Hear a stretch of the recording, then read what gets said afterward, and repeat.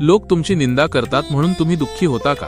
मग स्वामींचे हे शब्द नक्की ऐका, कारण स्तुती तुम्हाला आनंद देईल पण निंदा तुम्हाला मोठं बनवते. एकदा माझा एक भक्त खूप खिन्न मनाने माझ्या चरणी आला. त्याच्या चेहऱ्यावर चिंता आणि मनात अनेक प्रश्न होते.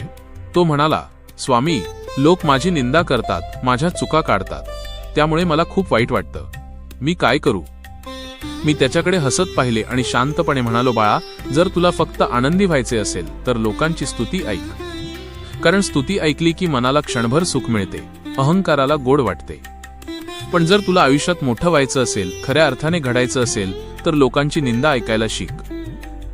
स्वामी सांगतात, जो माणूस तुझी निंदा करतो तो कधी कधी तुझ्या चुका दाखवतो. त्या चुका समजल्या आणि तू त्यातून सुधारला तर तुझं आयुष्य उजळतं. स्तुती करणारे अनेक सापडतील, पण सत्य सांगणारे फार कमी असतात. त्यामुळे निंदा ऐकून राग करू नकोस. ती शांतपणे ऐक आणि स्वतःला विचार, यात काही सत्य आहे का?